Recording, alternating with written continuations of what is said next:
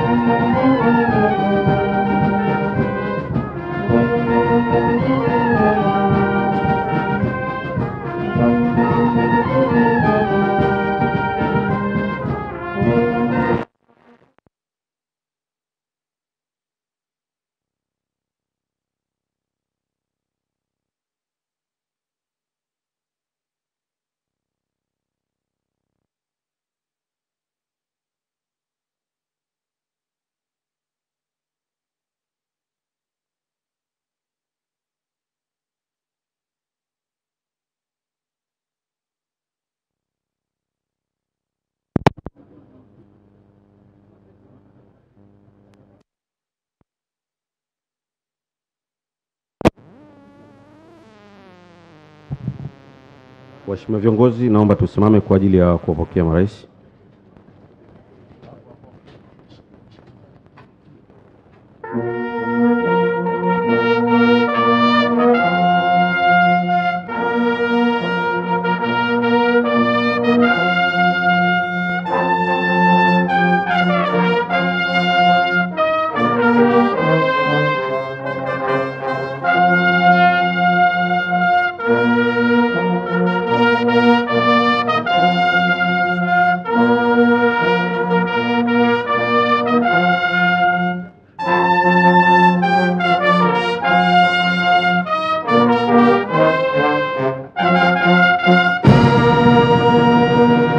Mheshimiwa Rais, naomba tuendelee kusimama kwa ajili ya nyimbo za taifa na wimbo wa Afrika Mashariki.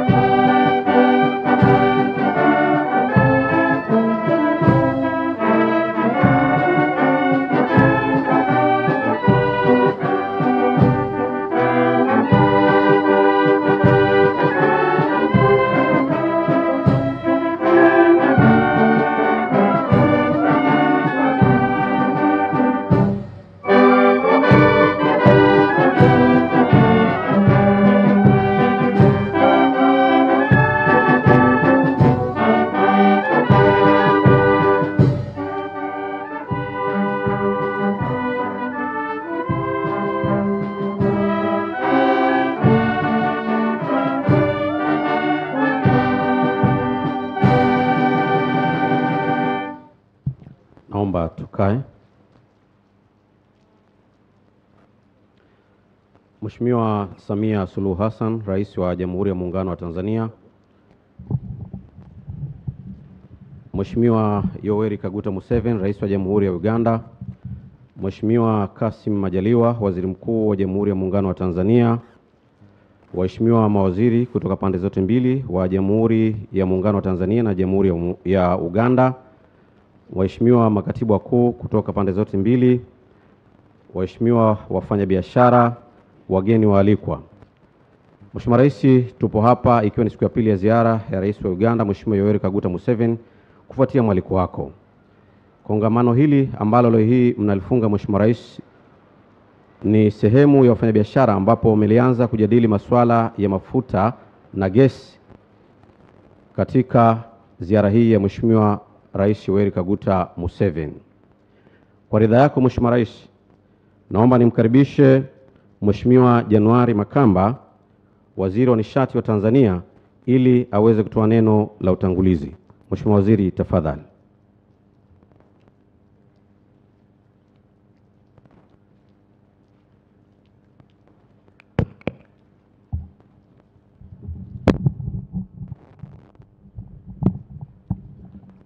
Mheshimiwa Rais Samia Suluhu Hassan, Rais wa Jamhuri ya Muungano wa Tanzania. Mheshimiwa Rais Yoweri Museveni, Rais wa Jamhuri ya Uganda. Mheshimiwa Kassim Majaliwa, Waziri Mkuu wa Jamhuri ya Muungano wa Tanzania. Waheshimiwa mawaziri wa pande zote wa serikali zote mbili ya Tanzania na Uganda na viongozi mbalimbali wa serikali, wafanyabiashara kutoka Uganda na Tanzania. Mheshimiwa Rais, ninayo heshima kubwa kusimama hapa mbele yenu viongozi wangu pamoja na washiriki wa kongamano hili. Naanza kama ilivyoada kumshukuru Mwenyezi Mungu kwa kibali chake kilichotuwezesha kukutana hapa siku ya leo. Ninayo heshima kubwa kwa niaba yako Mheshimiwa Rais kuwakaribisha washiriki wote katika makazi haya yako. Tunakushukuru kwa ukarimu wako wa kutukaribisha hapa. Tumekutana hapa siku ya leo kuhitimisha kongamano muhimu la sekta binafsi za nchi zetu mbili kuhusu masuala muhimu katika mradi wa kusafirisha mafuta ghafi kutoka Uganda. Katika kongamano hili tumejadiliana la sekta binafsi, yamejadiliwa mambo muhimu na ya msingi ambayo yatapelekea sekta binafsi na wananchi kwa ujumla katika nchi hizi mbili kunufaika. Mheshimiwa Rais, wawakilishi wa sekta binafsi watayabainisha masuala hayo kwa kina watakapokuja kuzungumza hapa punde kidogo. Lakini ninayo furaha kuripoti kwamba kongamano hili ambalo tulizindua jana mimi na waziri mwenzangu Dr. Ruth Nankabirwa, waziri wa nishati na maendeleo ya madini kutoka Uganda, liliendeshwa vizuri katika mazingira ya uwazi, katika mazingira ya urafiki na katika dhamira ya mashirikiano. Mheshimiwa Rais, katika mwenendo wa kongamano lililoanza jana, tumeona mwanga mpya wa mashirikiano ya sekta binafsi ya nchi hizi mbili kuliko spiriti ya ushindani ambayo kwa kawaida inaonyeshwa na wafanyabiashara. Jambo hili ni la kutia moyo na tunaamini kwamba litaendelea. Mheshimiwa Rais, tuko hapa kwanza kwa kudra za Mwenyezi Mungu kuamua kuyaweka mafuta chini ya ardhi ya ndugu zetu wa Uganda. Lakini pia tuko hapa kutokana na ujasiri wa uongozi wa Rais Yoweri Museveni kuamua kuyachimba mafuta hayo na kujenga uwezo wa vijana wa Uganda kuifanya kazi hiyo, na kuifanya kazi hiyo kwa namna ambayo inatoa manufaa sio tu kwa wananchi wa Uganda bali hata kwa ndugu zao wa Tanzania. Kwa hiyo tunampongeza sana Mheshimiwa Rais Museveni. Lakini pia tuko hapa kutokana na ujasiri wa uongozi wa marehemu Rais John Pombe Magufuli, ambaye kwa kushirikiana na Rais Museveni waliamua kwamba safari ya kuyapeleka mafuta hayo kwenye masoko ya dunia yapitie katika ardhi yetu na katika bandari yetu. Tunampongeza Rais Museveni na tunampongeza na kumwombea kwa Mwenyezi Mungu Rais wetu marehemu Dr. John Pombe Magufuli kwa kazi aliyoifanya ambayo imewezesha tuwe hapa siku ya leo. Vile vile tupo hapa Mheshimiwa Rais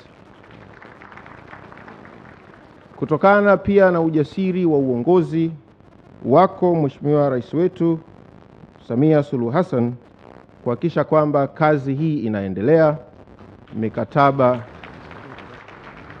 mikataba inasainiwa na wananchi wananufaika na fursa zinazotokana na mradi huu. Mheshimiwa Rais, kongamano hili ni matokeo ya maelekezo yako kwetu kwamba tufanye jitihada zote kuwaelimisha wananchi wa nchi zetu mbili kuhusu mradi wenyewe, fursa zilizopo na namna ya kuzifikia na kunufaika nazo. Pia Mheshimiwa Rais, ulituelekeza kwamba tuvitambue vikwazo vilivyopo katika kufikia na kunufaika na fursa hizi. Kazi hii tumeifanya na kongamano hili ni matokeo ya maelekezo hayo kwetu. Mheshimiwa Rais, Mheshimiwa Marais, sio adabu kuongea kwa kirefu mbele ya viongozi wako. Kwa hiyo naomba nifupishe, lakini naomba mniruhusu nizungumze jambo moja muhimu la ushirikiano wa sekta ya nishati kati ya nchi zetu mbili.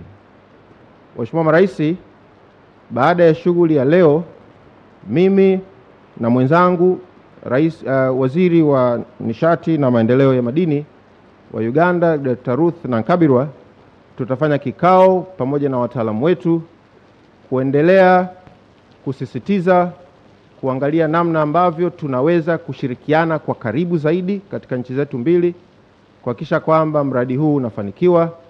Lakini pia tutazungumza kuhusu mradi mwingine mpya ambao Mheshimiwa Rais ulituelekeza tuangalie, na wenyewe ni wa kujenga bomba jingine la kutoa gesi Tanzania kupeleka Uganda.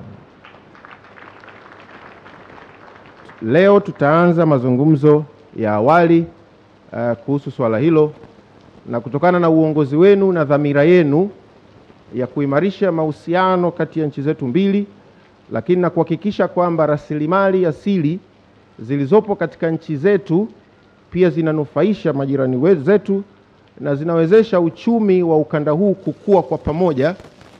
Kazi hiyo tutaifanya katika mkutano ambao tutakutana baadaye.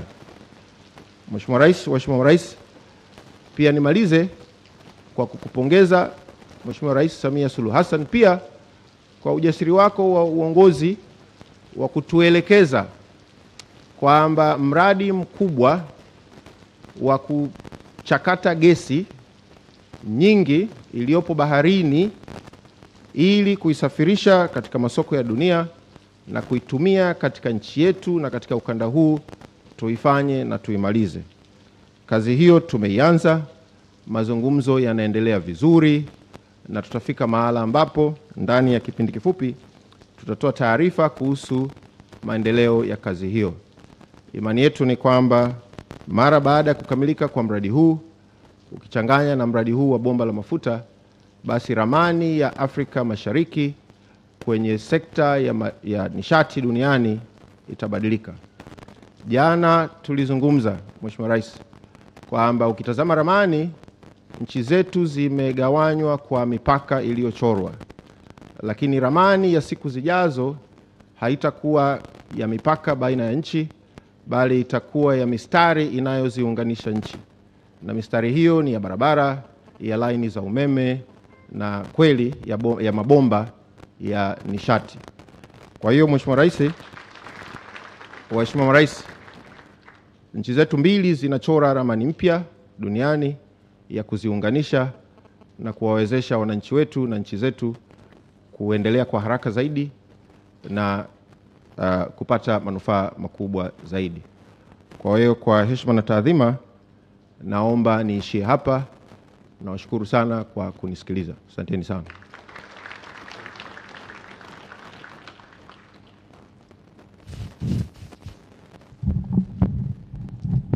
Asante sana Mheshimiwa Januari Makamba, Waziri wa Nishati. Naomba tumpigie makofi tena. Mheshimiwa Rais, kwa ridhaa yenu sasa naomba nimkaribishe Mheshimiwa Ruthi Nankabirwa, Waziri wa Nishati na Madini wa Jamhuri ya Uganda. Karibu Mheshimiwa Waziri.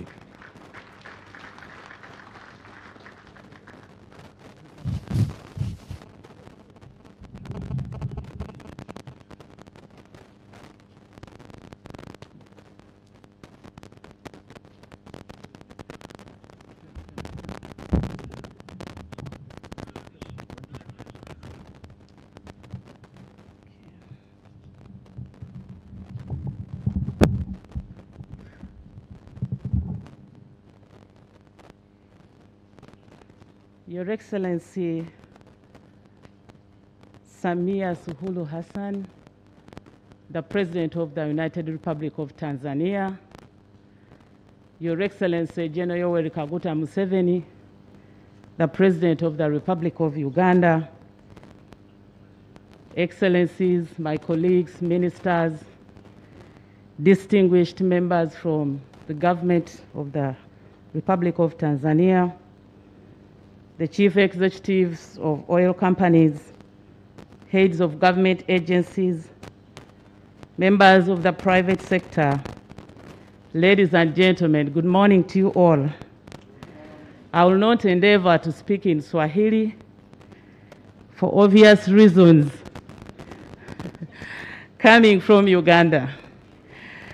Your Excellency, I would like to thank you so much for hosting us. And I want to thank you for the hospitality that we have enjoyed since we arrived in this beautiful country. Thank you so much. I am honored to address you this morning, and I just want to inform you, Your Excellencies, that the symposium started yesterday and that we were able to take the private sector through the journey of commercialization of our petroleum. And I was so pleased to hear my colleague, Honorable January Makamba, appreciating you, Your Excellency, President of Uganda, for the patience that you put in since the discovery, the strategic plan that you did to make sure that you build a human resource that will be able to put the eye on the ground so that the people of Uganda, the people of Tanzania benefit from this natural resource. Since yesterday, we had a panel of people from Uganda, the Petroleum Authority of Uganda, which is in charge of making sure that local content is followed. We have the permanent secretary from the Ministry of Energy. We have private sector foundation leaders from Uganda. They were able to appreciate the stage at which we are, especially where activities have started from the two sites. Tilenga, where they are constructing the central processing facility, which is going to process 190,000 barrels per day of crude oil. Kingfisher, which is expected to process 40,000 barrels per day. And all that is very important. The crude oil pipeline will see about 200,000 barrels every day coming to Tanzania. I want to take this opportunity to thank you, Your Excellency, the President of the Republic of Tanzania, that you have been following up and that you are ready with your legislation the implementation legislation, which is very key, which investors have been waiting for so that we can see contracting in its true sense. I want to assure you that in Uganda, more specifically on Tuesday, we are going to conclude the East African Crude Oil Pipeline Bill through Parliament. That has been waited for. Your Excellencies, after that, we are going to see a lot of activities. Therefore, what we have been informing investors is to make sure that they make joint ventures, because this facilitates for both of us. A Ugandan company here in Tanzania is not a foreign company. A Tanzanian company down in Uganda is not considered a foreign company. Both are local content companies.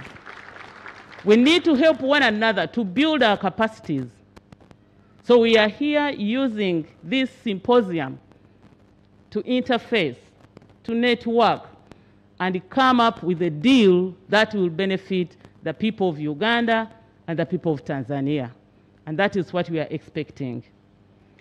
I want to thank the High Commissioners, one of Uganda to Tanzania, and Tanzania to Uganda, and the other sponsors who have been organizing and we've been able to come and interface. This is a very important symposium, and I wish to say that we need to organize many more.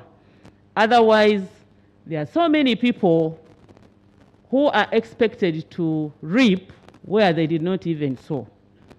So our presidents have put in a lot of efforts. We should not let them down by not being prepared. What the gathering is waiting for, Your Excellencies, are the words of wisdom from both of you. The commitment, the assurances that the peace and security and stability of Tanzania and Uganda will continue. This is what the private sector would like to hear, so that they can invest in knowingly that they will not be interrupted. I would therefore not like to waste a lot of time, but to stop here and thank you so much for the opportunity and pledge my commitment in working with my brother and brothers and sisters from Tanzania to make sure that we don't let you down, to make sure that we don't injure the long relationship that the two countries have built for a long time, for God and my country. Thank you very much.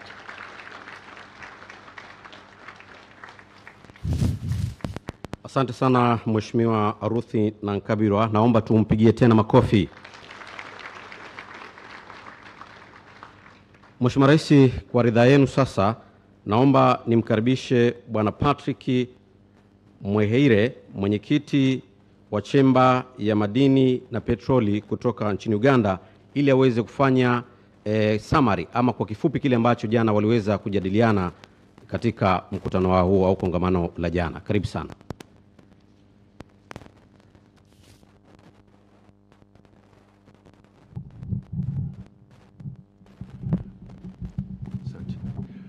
Your Excellency Samia Suluhu Hassan, the President of the United Republic of Tanzania, Your Excellency Yoweri Museveni, President of the Republic of Uganda, Ministers, Permanent Secretaries, Ambassadors, distinguished guests, ladies and gentlemen. My name is Patrick Mweheire. I am the current chair of Uganda's Chamber of Mines and Petroleum, but my day job is the Regional Chief Executive for Stanbic Bank, looking after 6 countries: Tanzania, Kenya, Uganda, Ethiopia, Malawi, and South Sudan. So I have a very regional perspective. First of all, I wanted to thank you both, Your Excellencies, for your leadership and clarity of the importance of regional cooperation. It inspires greatly when the executive branch, such as yourself, shows the foresight and vision and paves the way for the private sector to grow. And indeed, in our oil and gas deliberations, we had lots to be thankful for. You delivered the legal and regulatory framework for this to happen. You signed a number of landmark agreements, HGA, tariff and transportation agreement, land acquisition. You could go on and on. But it's clear that your determination and clarity on the bigger picture got us this far. Two sovereign nations negotiating such complex issues in a new industry brings a lot of complexities. Over the years, Your Excellency, I have been involved in several companies negotiating to merge or acquire stakes in each other. And it's taken months and years and frustrations and lots of meetings to get some of those transactions done. And most cases, a lot of these, what I would call experienced business professionals, struggle as they approach negotiations as a zero-sum game. You win, I lose, which is completely unuseful. I think you took a massive and very brave approach that this was not a zero-sum game, it was a win-win, and that's how we ended up here. You saw what $30 billion of investment would do for the region. Now that you've given me a few minutes, allow me to update you on our deliberations over the last day or so. There were key challenges that came up. There are three main ones. One was financing, both the depth of it and the size of it. Banks in both countries, if we were asked to commit to one transaction, would only be able to raise about $1 billion of financing. And the ask in this sector for now is $30 billion. So you can see there's a huge gap. So we challenged ourselves, if we're limited to our balance sheet capacities, what can we do with the little that we have? Can we be a little bit more innovative and smarter in how we use the money that we have? And I'll share a little bit more of that later. The second challenge that we faced was clearly the local enterprises' skill gap, information asymmetry, and lack of market access. So financing was one. The other was the local enterprises. Not only were they not ready, many cases, they did not have the information to be successful. It's clear that our enterprises lack the survivability, and this complex oil and gas industry will not lower its standards. They're already facing a lot of pressure under ESG, and compliance is only going to get harder. So how do we bring the standards of our local enterprises up? We shared a number of examples, like for example in Uganda, where we launched a Stanbic incubator that has trained 2,000 SMEs over the last 3 years. And we have real testimonies, Your Excellencies, that if you point out the gaps and help and put out a lending hand to help, these SMEs listen. And a 3-month intervention on a key skilling can make a difference in whether an SME survives an extra 3 to 5 years. From the harrowing statistic that I'm not proud to share, but in Uganda, a very entrepreneurial country, only about 70% of SMEs make it past their 3rd anniversaries. They do eventually go and do other things, so they continue to be entrepreneurial, but that's not the point. How do we allow these enterprises to last for a decade and more? So that was the other issue that we discussed. The third and last one was, how do we harmonize on regional requirements, whether it's contracts, local ownership, security or collateral, information asymmetry? Your Excellencies, the same journey that you and your technical teams traveled in understanding the context of the laws of the land of the different countries, what was important and what was not, we in the private sector have to take the same journey. To be considered a Tanzanian company, you need a 25% local ownership. Uganda took a different route and focused more on the aggregate ring fencing. And no one is saying one is right and one is wrong.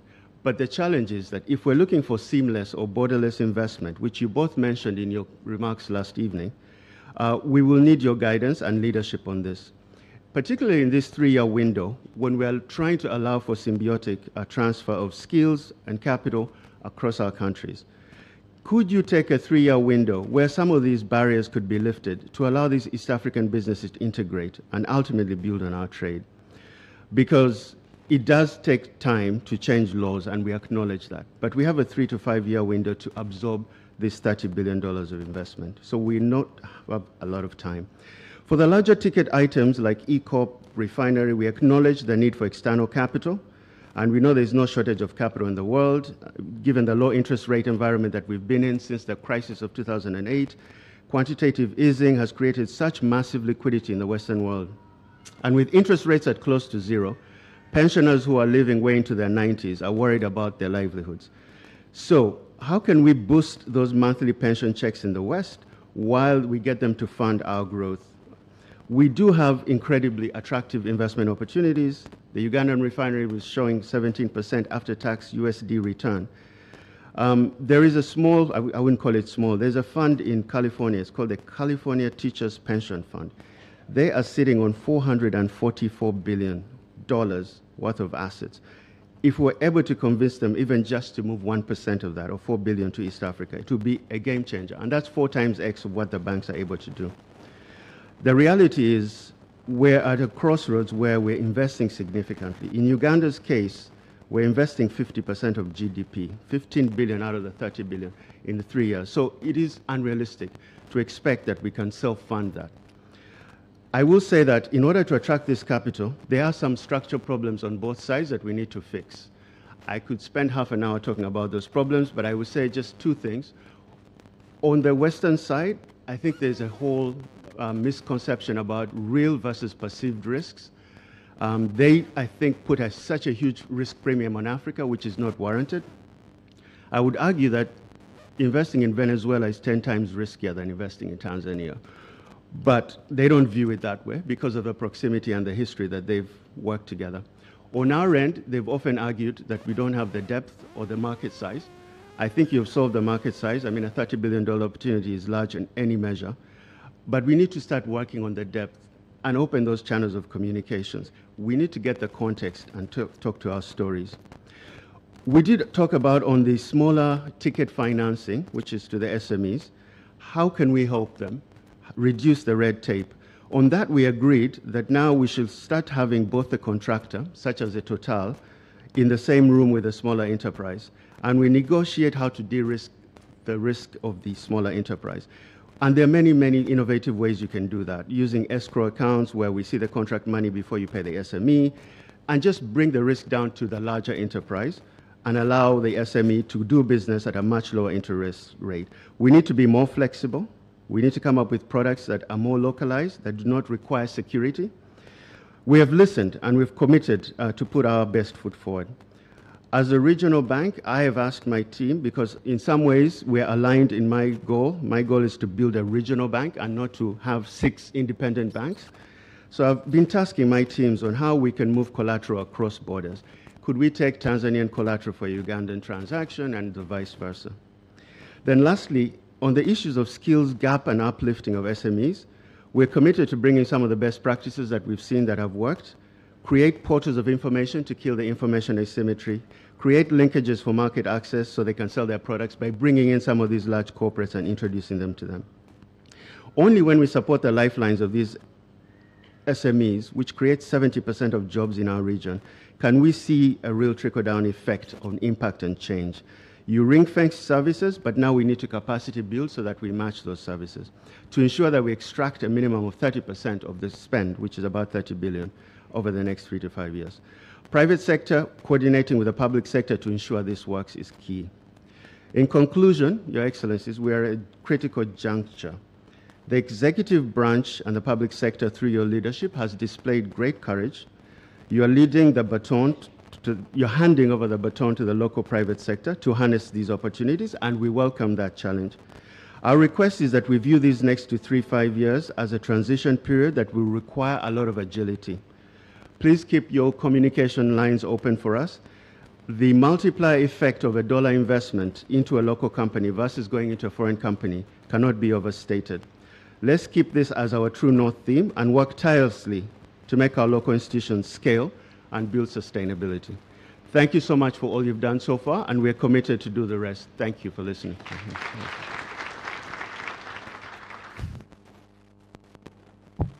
Asante sana Mheshimiwa Patrick Wehere kwa maelezo hayo. Mheshimiwa Rais, kwa ridhaa yenu sasa naomba nimkaribishe Bi Angelina Ngalula, mwenyekiti wa taasisi ya sekta binafsi hapa nchini, ili naye aweze kueleza yale yaliyokubaliana na yatokanayo na kikao chao. Karibu.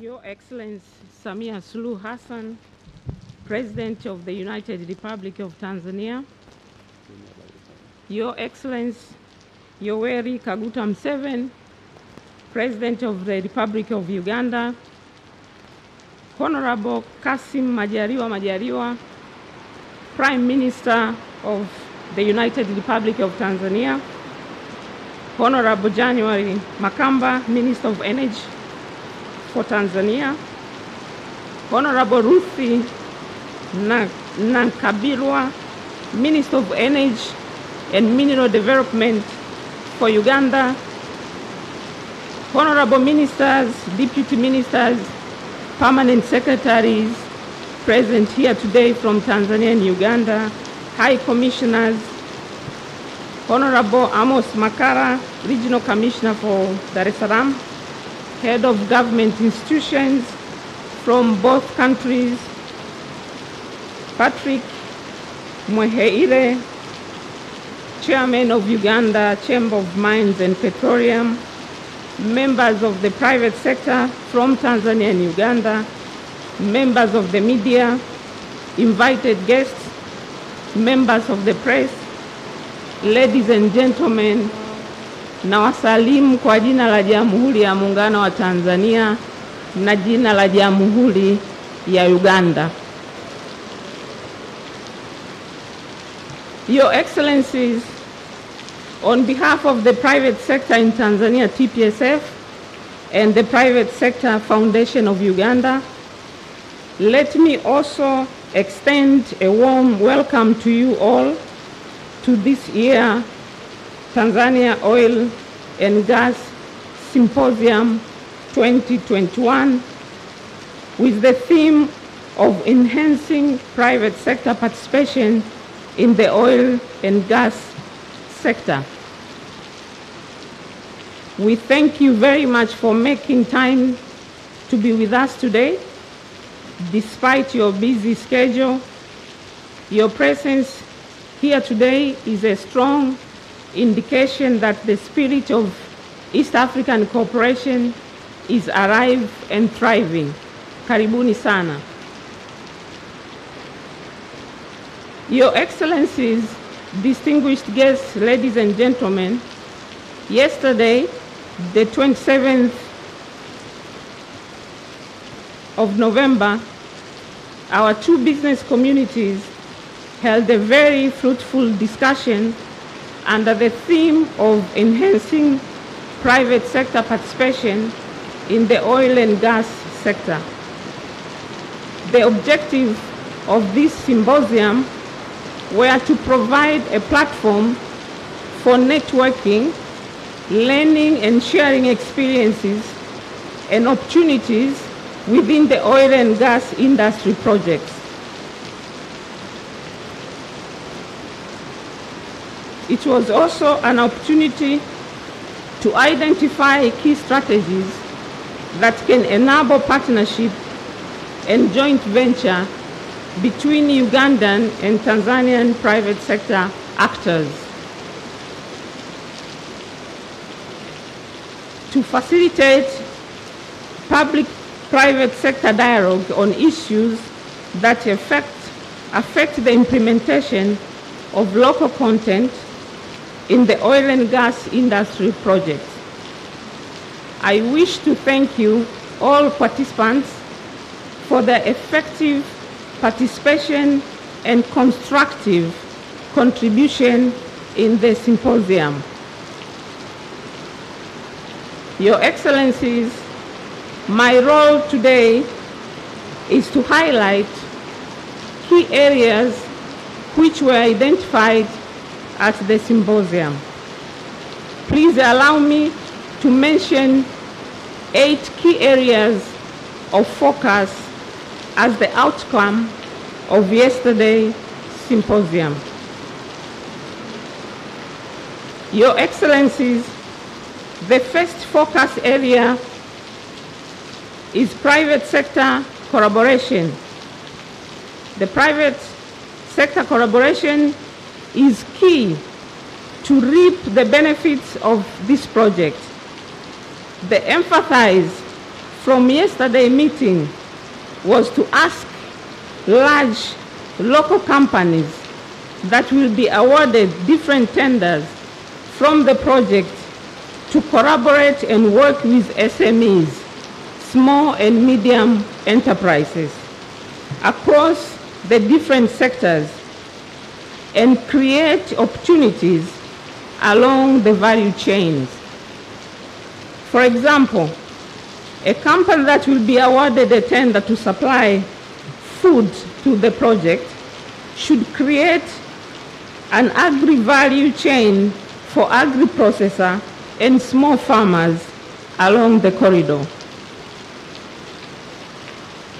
Your Excellencies, the second key focus is for the private sector in Tanzania and the private sector in Uganda to collaborate and work with members in ensuring adequate training on standard and HSE, health, safety, and environment management. Companies participating in this project and other future projects to put emphasis and investment in ensuring they acquire necessary international certifications required for this project. And as an apex bodies, we will ensure that we facilitate such training for the benefit of the private sector to be internationally competitive. Your Excellencies, the third key focus area is public and private collaboration on the core services in this project. The private sector should collaborate with key government institutions such as Tanzania Port Authority, Tanzania Railway Corporation, Uganda Railway Corporation, Marine Services, and others on areas that private sector can participate and work together with public institutions in providing specialized equipment for lifting, additional rolling stocks, and specialized wagon for carrying 18 meters pipes for the project. Your Excellencies, the fourth key focus area is on the awareness of the project opportunities. There are many opportunities on all aspects of the project in various sectors. Awareness about these opportunities at grassroots level is key in particular project area. TPSF and PSFU, in collaboration with other stakeholders, will work with relevant clusters to develop and lead awareness campaign along project areas. Your Excellencies, the fifth key focus area is the awareness of joint venture opportunities between Tanzania and Uganda with large, medium, and small enterprises. Capital skills and technology transfer are key. This may not be available in some entities, but may be available through joint ventures. Your Excellencies, the sixth key focus area is compliance capacity on project standards and requirements. Competence and quality are key to accessing the project opportunities, in particular for SMEs, as most of the SMEs lack the capacity to project standards and requirements. PSO, capacity building initiative, and those of other training institutions must be geared to building the capacity of registered vendor, suppliers to meet project standards and compliance requirements. Your Excellencies, the seventh key focus area is skills. There is skill mismatch, mainly among our youth,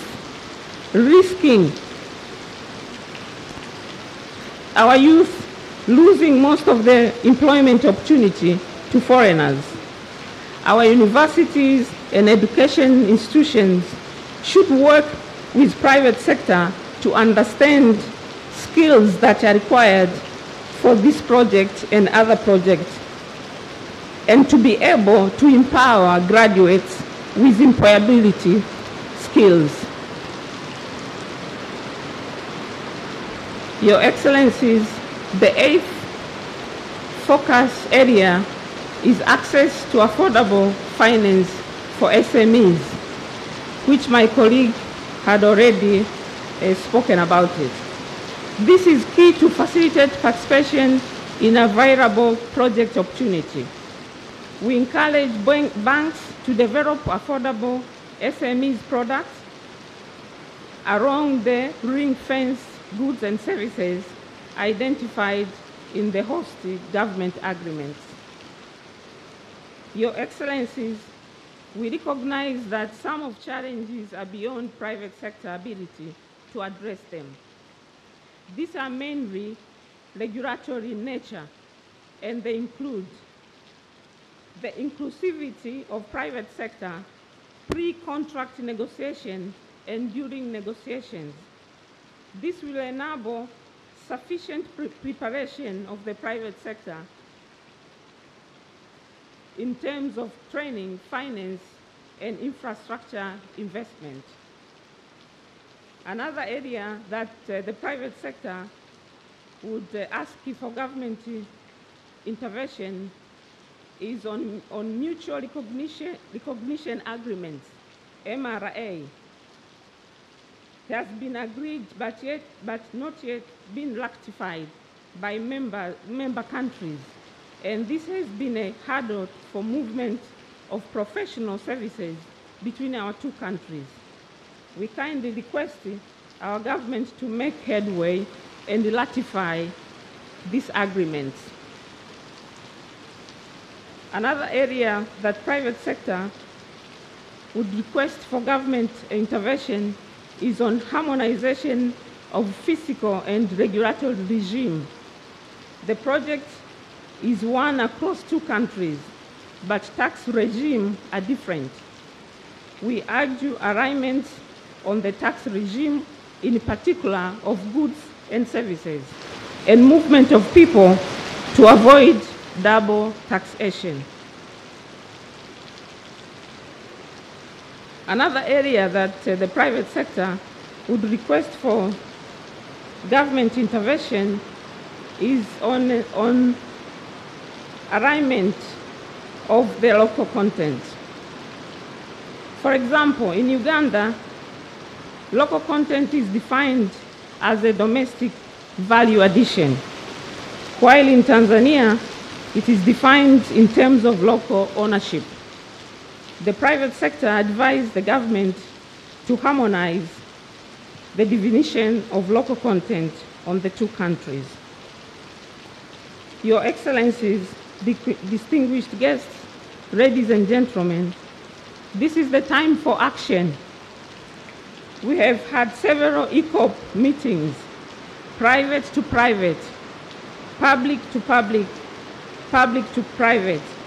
It is now time to move for action.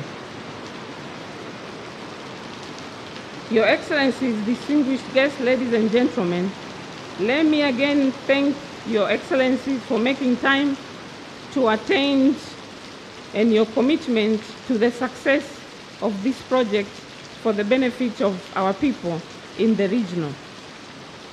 A special thanks to the private sector of Uganda for giving us the opportunity to host this event in Tanzania, and I thank all sponsors without whom this event would not be possible.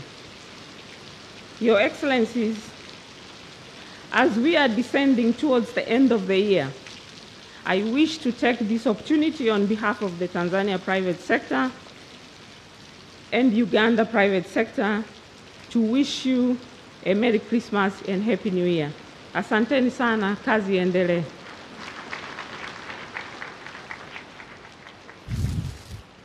Asante sana, naomba tumpigie makofi mengine mwenyekiti wa sekta binafsi hapa nchini Bi Angelina kwa maelezo hayo. Mheshimiwa Rais, sasa kwa heshima na taadhima, naomba nimwombe Mheshimiwa Yoweri Kaguta Museveni, Rais wa Jamhuri ya Uganda, ili naye aweze kutoa hotuba yake katika hafla hii ya ufungaji wa kongamano la wafanyabiashara wa Tanzania na Uganda. Mheshimiwa Rais, nakuomba tafadhali uelekee katika eneo la kuzungumza. Asante.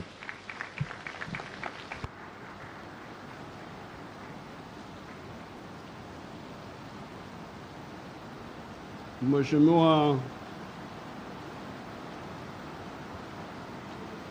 Samia Suluhu Hassan, Rais wa Jamhuri ya Muungano wa Tanzania, Mheshimiwa Waziri Mkuu, mawaziri, wafanyabiashara na watu wengine walipwa. When I was told that I was going to speak to business people, I prepared a speech for business.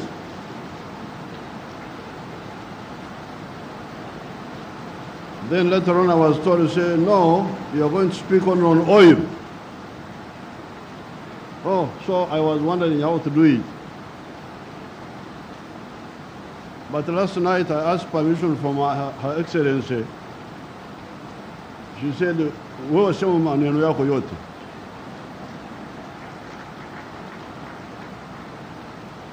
Kwa hiyo namshukuru. But now, my decision to prepare a comprehensive talk has been strengthened by the confusion of my son, the one who was here. Mweheire, the one who was speaking, the one of the Stambik. Oh, he's very worried about this, about that.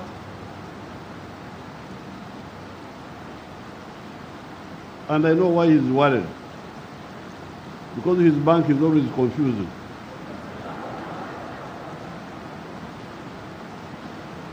Because, anyway, let me go on with my speech.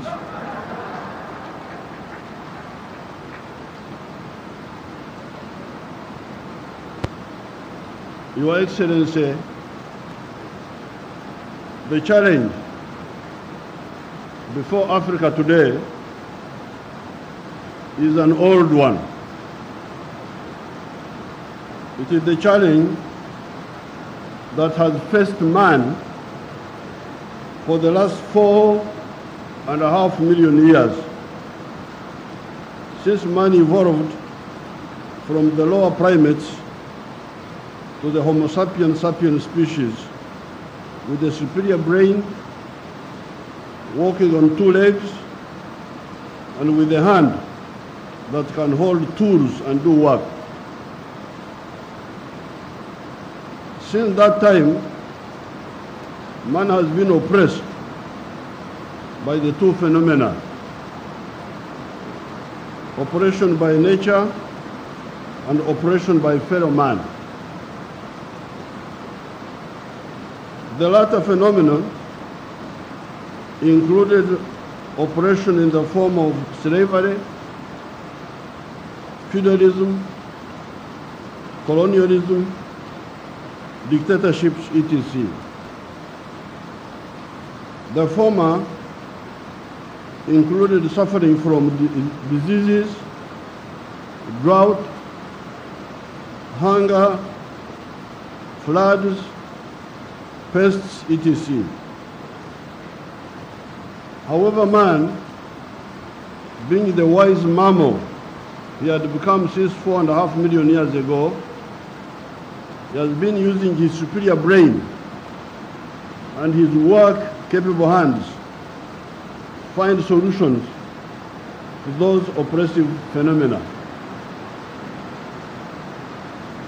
Starting with oppression by nature, man has been using three tools to ameliorate the situations. These have been science and technology, philosophy, and strategy. Science and technology meant understanding the laws of nature, such as gravity, pressure, magnetism, electricity, etc., and using them to solve his problems. Philosophy involves the understanding of man and his behavior, and on the side of economics, understanding what stimuli can make him work most devotedly or otherwise. The strategy involves arrangements that can assist or inhibit man in his efforts to create wealth and overcome poverty. Man everywhere has been making progress on the front of combating oppression by nature, but at different paces. Some zones of the world moving faster than others on account of some identifiable reasons. 1.5 million years ago, man invented fire. Fire enabled man to solve so many problems: to cook, to roast, to fry, to light, to warm oneself, etc. This enabled man to go from trees and start living in caves, which were more comfortable than the former, because he could now warm the caves, which were too cold for human habitation, and expel the darkness from the caves. 10,000 years ago, he started domesticating crops. And between 8,000 BC and 2,500 BC, he started domesticating animals, livestock. In terms of philosophy, societal ideas evolved from metaphysics, predestination, and so on, to the understanding of man's ability to influence his destiny by working. Meanwhile, especially in Europe, society was evolving. As Karl Marx pointed out, by the time he wrote in 1848, society had gone through 4 social systems of the primitive society, the slave state, feudalism, and capitalism, and was at that time entering the era of socialism and communism. The best crucible of understanding this phenomena of social evolution is the onset of the French Revolution in 1789. By this time, France, and maybe other parts of Europe, was a 4-class society, which were the feudalists or the aristocrats that lived on rent from land, the peasants that were serfs on the land owned by the feudalists and had to surrender a part of their harvest to the landlords, the new class of the middle class, the bourgeoisie, and that's what Mohiri should understand. I didn't know that it's God who told me to write this way. That lived on profits, the difference between the cost of inputs and the production of a good or a service and the price of the final product. These were manufacturers, traders, service providers, etc. And also the new class of the working class, the proletariat, who no longer owned anything except their labor, which they sold to the bourgeoisie in return for wages. This is how you, the businessmen, come on the scene. You are a historical phenomenon.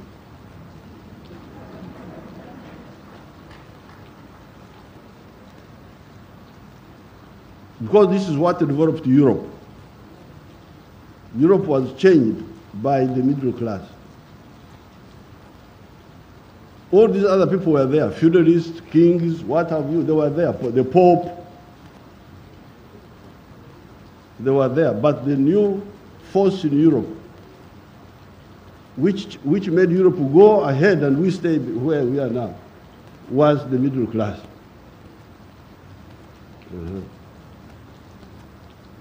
And that's why I was very happy. Oh, let me talk to the middle class. I was very happy. But then they said, no, you only talk about oil. I said, no, I can't talk about oil, because oil is just a small thing. The middle class is much bigger, as you will see in my argument. This new class, the bourgeoisie, caused a lot of changes in the world, good and evil. On the side of evil, you have imperialism. That was by the middle class, imperialism. The slave trade, nani walikuwa wanauza watumwa? Ni wale wale.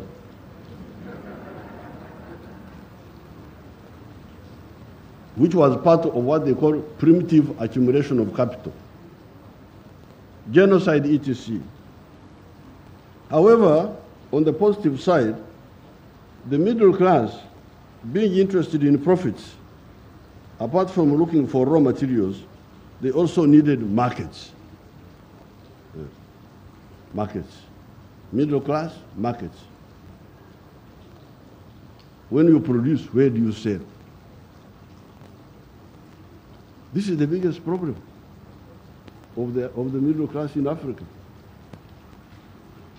How can you produce if you are not sure of the market? The more buyers you get, the better the business.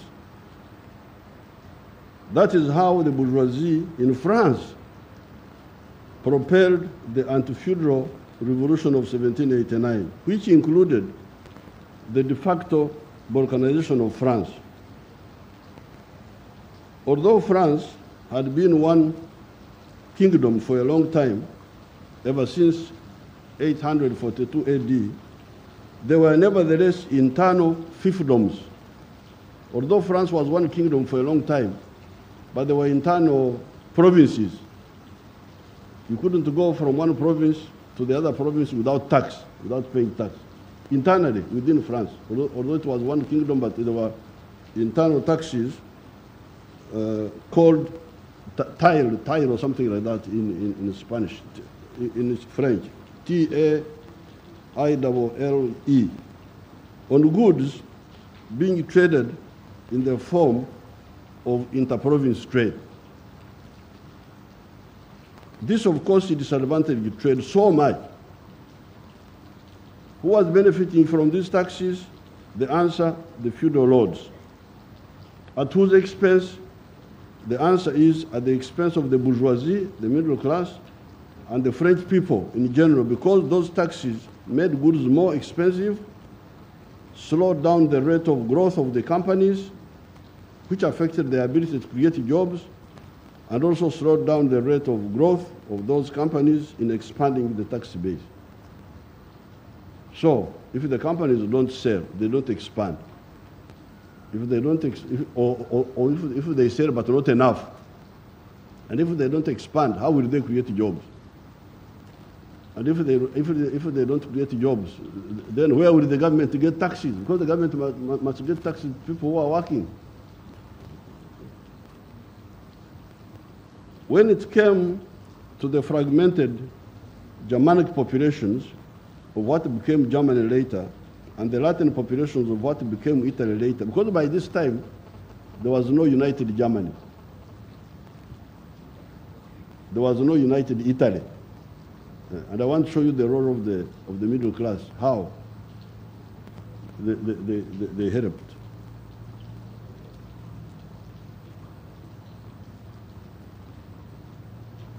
The fragmented Germanic populations of what became Germany later, and the Latin populations of what became Italy later, you see again the role of the business interests working for the integration of those peoples and countries. It is the middle classes who worked for the unity of these countries, to unify those countries. That's why I was very happy to talk to you. Not just about oil and these small things. In the case of Germany, it had the big farmers known as the Junkers. It's written Junkers, but it's pronounced as the Junkers. In the German kingdom of Prussia, one of the 39 kingdoms into which the Germanic people were divided, that pushed for the unification of Germany. By 1870, Germany was divided into 39 kingdoms. It is the business classes who said, we want to unite this market, who caused the unity of Germany.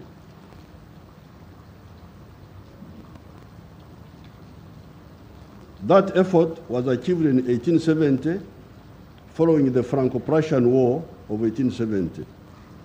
The unification of Italy was not one country until 1860, following efforts by people like Henry Cavour or Piedmont and Garibaldi.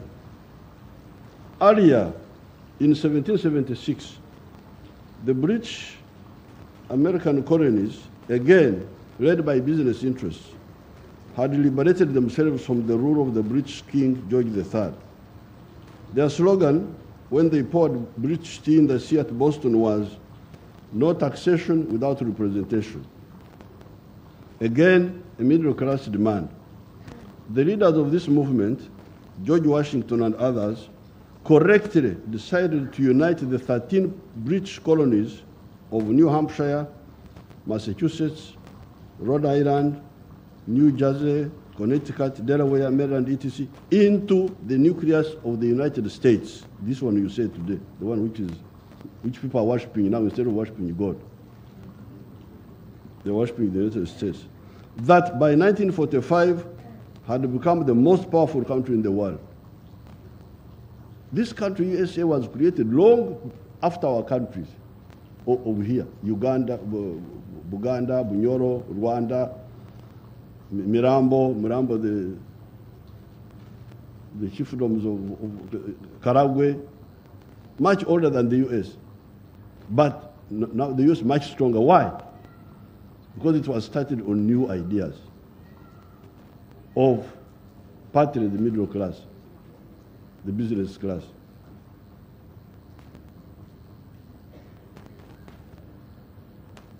Just next door, you had the older Spanish colonies of Latin America and Brazil that had belonged to Portugal. Instead of uniting, their leaders preferred balkanization, remaining fragmented. Today, with the help of television, you can see the different products of the two laboratories of history, one in North America and one in South America. In North America, you have power and prosperity. There are other internal challenges notwithstanding. In Latin America, you have weakness, poverty, insecurity, and desperation. You saw those people walking to the US. You have seen them on TV, those Latin American countries. Latin America is very rich in terms of natural resources. That's what I was saying last night. Mali asili sio biashara, natural resources. Natural resources are not business. They are not wealth. Latin America is very rich. A lot of water, a lot of forests, a lot of minerals, but people are very poor. Why? Because when you start a business in Honduras, it can't succeed. Honduras, El Salvador, Nicaragua, Panama. Huwezi kufaulu kibiashara in those fragmented markets. And one of the reasons, of course there are other reasons, but one of the reasons is you don't have enough market. You don't have enough market. In North America, you have power and prosperity. There are other internal challenges notwithstanding. In Latin America, you have weakness, poverty, insecurity, and desperation. You have seen on television thousands of desperate people walking on foot for thousands of miles, going to the success story of history, the USA, from the failed experiment of history of Latin America. The laboratories, the two laboratories are there. One laboratory, the US. The other one, Latin America. When it therefore comes to Africa, particularly East Africa, we cannot say that we are short of examples of what needs to be done in the last 500 years of the long human history. The question is, if you do not ensure the availability of some factors, including the availability of a large market, how will business grow? Secondly, the question is, if business does not grow, how will you create jobs? How will you ensure the production of goods and services that you need to import substitution and also for export promotion? How will you expand the tax base to get enough money for the government to provide adequate services to the people, including the building of the infrastructure itself? How will you solve this? If business doesn't grow, how will you solve all those problems? By 1986, when the NRM took power after an armed conflict of 20 years, 1966 to 86, the economy of Uganda had collapsed and had been totally informalized. Colonialism and the immediate post-colonial years had seen the emergence of a small enclave, that Ironeno, enclave economy. That's what we were using in the university in the 1960s. By that time, we had diagnosed this problem.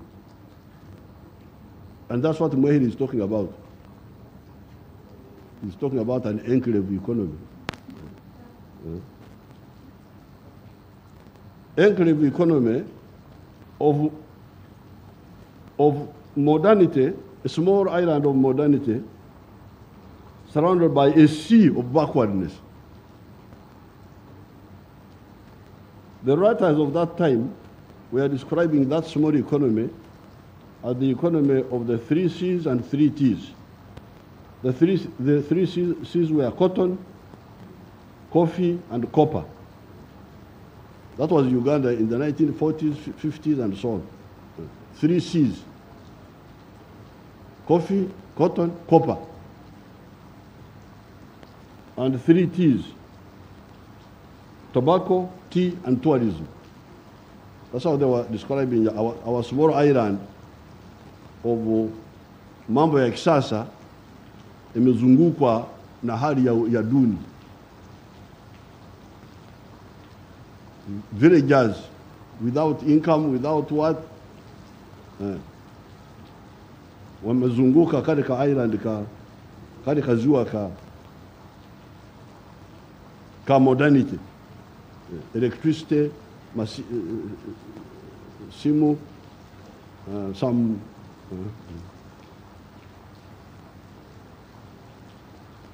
these were copper, cotton, and cotton. It was only by 1986, 2 of the 3 C's had totally collapsed. These were copper and cotton.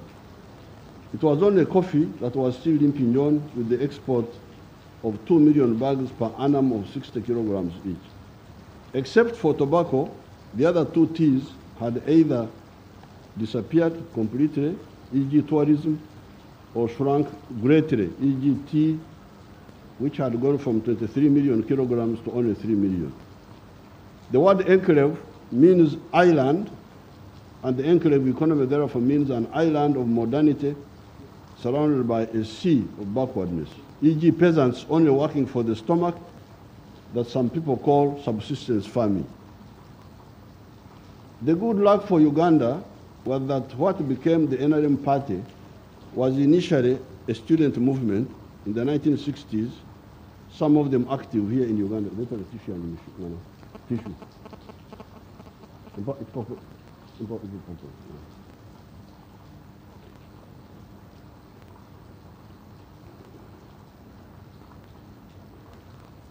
During that long period, tissue.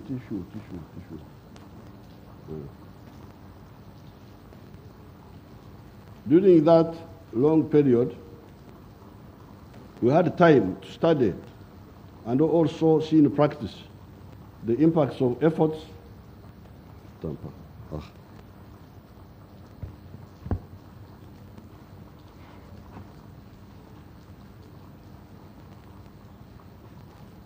During that long time, we had time to study and also see in practice the impact of efforts for socio-economic transformation, positive and negative, by the different policy stimuli or disstimuli, if we can coin such a word. On account of that, especially our decision to encourage the private sector in Uganda, including bringing back the Indians who Idi Amin, in his ignorance, had expelled, being socialist notwithstanding, has enabled the economy of Uganda to grow at the rate of 6.5% per annum for the last 35 years. The economy could have grown much faster if it was not for the opportunists among us, the careerists, and the corrupt among us. This limited growth has transformed Uganda from a land into a land of surpluses, while in 1986 it was a land of shortages. We had shortages of sugar, salt, soap, textiles, paraffin, etc. The whole economy had been informalized into a magendo, speculation, black market, and shortages economy. It is now the opposite. Everything is in surplus: sugar, milk, maize, bananas, soap, other industrial products such as cement, steel bars, cooking oil, etc. The problem is the market. In order for these businesses to continue growing, we must access more of the internal market by the population acquiring more purchasing power, because part of the problem is that the people don't have money in their pockets, so they don't buy. That's one problem. The goods are there, but they don't buy enough. And also our manufacturers deepening the industrialization process. Although we say we have surplus milk today, our production having grown from 200 million liters in 1986 to now 2.8 billion liters, it is on account of Ugandans drinking only 60 liters of milk per person per annum. If they were drinking the recommended 210 liters per person per annum, Uganda, with its 43 million people, would need today 9 billion liters of milk per year. We are now crying, maziwa yamezidi, maziwa yamezidi. Maziwa yako wapi? 2.8 billion. But why? The Ugandans are not drinking enough. They are drinking only 60 liters per person per year, while WHO is recommending 210 liters to make sure that you have teeth in your mouth.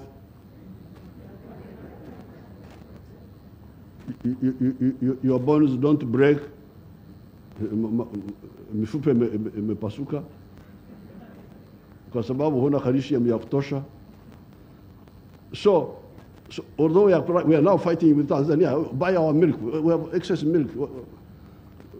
Tanzania buy, Kenya buy, Rwanda, but actually the internal market is still there, but it is dormant. Why? Because they don't have money in their pocket. Why? That's another story. Hence, the question of oversupply would not arise. apart from the purchasing power, there is the issue of deepening industrialization. Ugandans have been crying with the issue of sugar. Tumekuwa tunagombana na jirani zetu juu ya sukari. Majirani wamekataa kuchukua sukari yetu. Marehemu bought some 20,000 from us, and the Kenyans have been buying, but there is still a surplus. But you will see that it is also an artificial surplus. Ugandans have been crying with the issue of surplus sugar and surplus sugar cane in some parts of Uganda. Why? It is because Ugandans presently consume 380,000 tons of sugar per annum, while our production is currently 550,000 per annum. This is, however, sugar for chai only.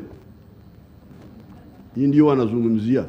Wanasema wameendelea sana, wako na sukari ya chai. How about industrial sugar for use by Coca-Cola,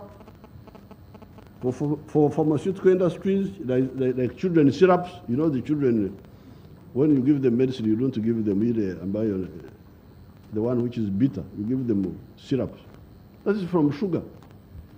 Lakini hawa Waganda hawajatengeneza hiyo sukari. Sukari wanazungumzia ni ile ya chai peke yake.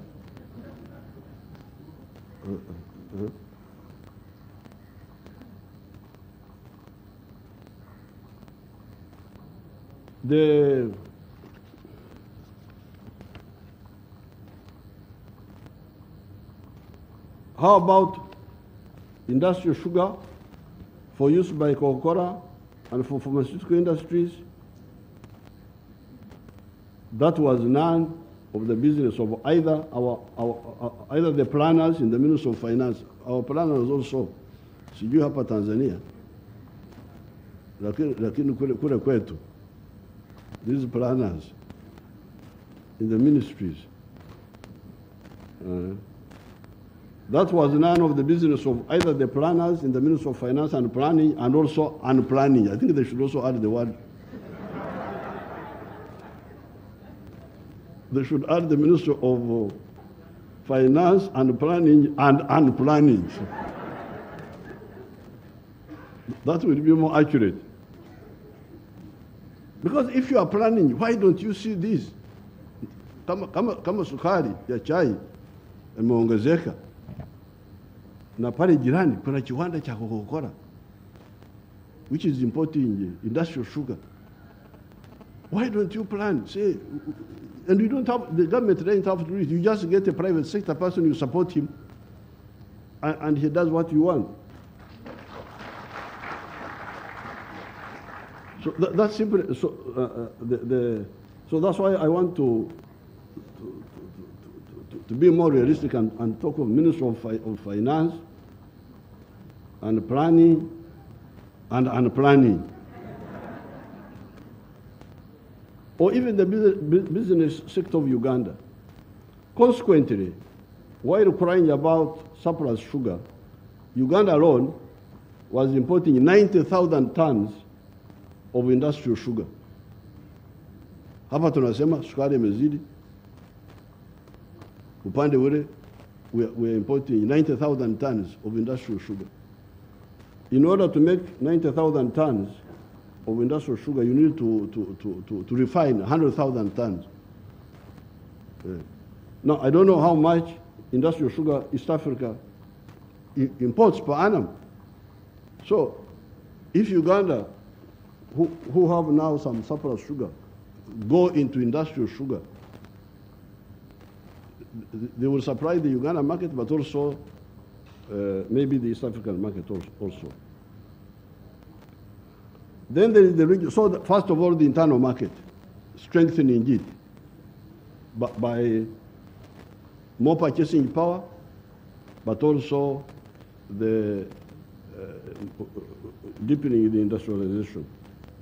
Then there is the regional market and the continental market. This is where you come in, you the business people. you really need to work with the political class to unequivocally support both the economic and the political integration of East Africa and Africa. Since 1963, I've been a follower of Mwalimu Julius Nyerere on the issue of the political federation of East Africa.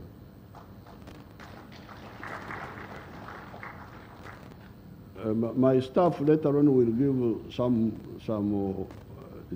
newspaper which I had sent one to Marehemu.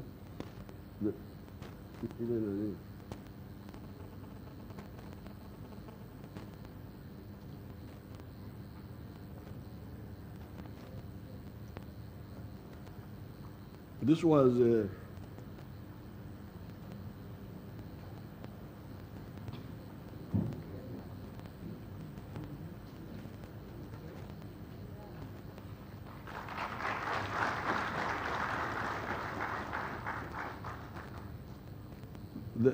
I had. They will give you a copy. That paper was 1963.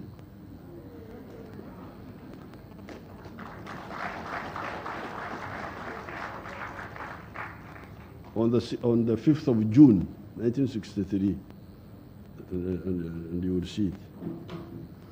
A federated East Africa would create a united market for the businesses of 200 million people, who will be 401 million by 2050, according to the UN.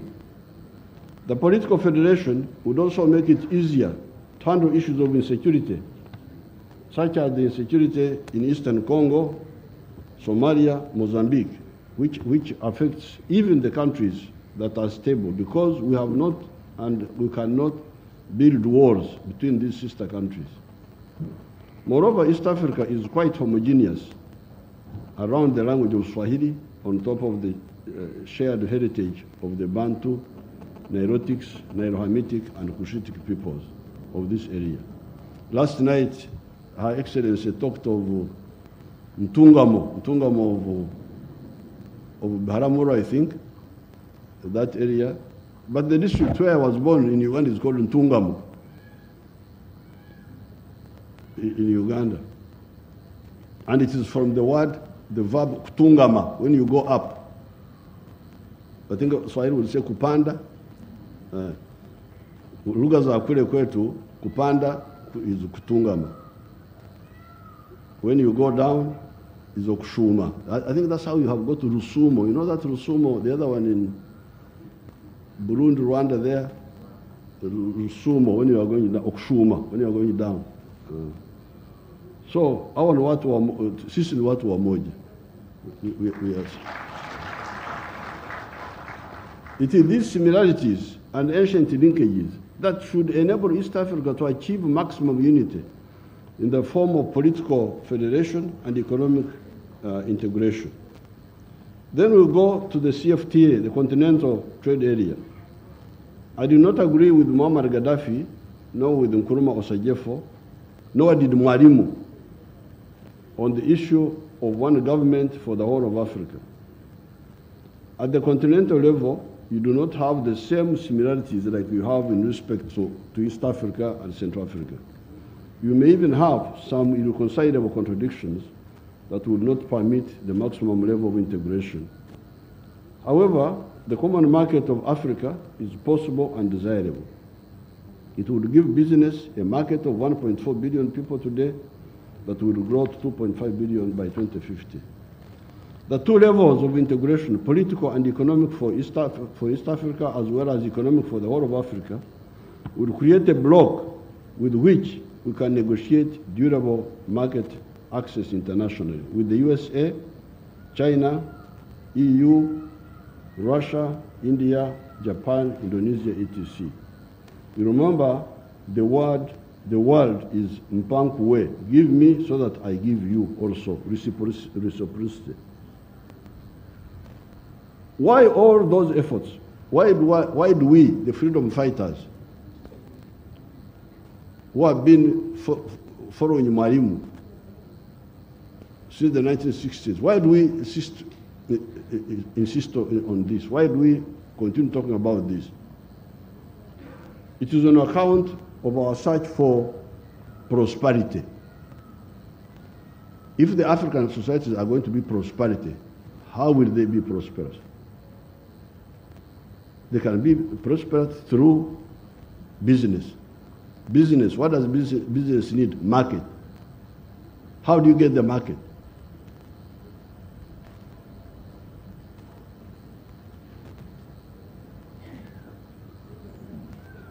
Create jobs, produce goods and services, a bigger government revenue, tax base,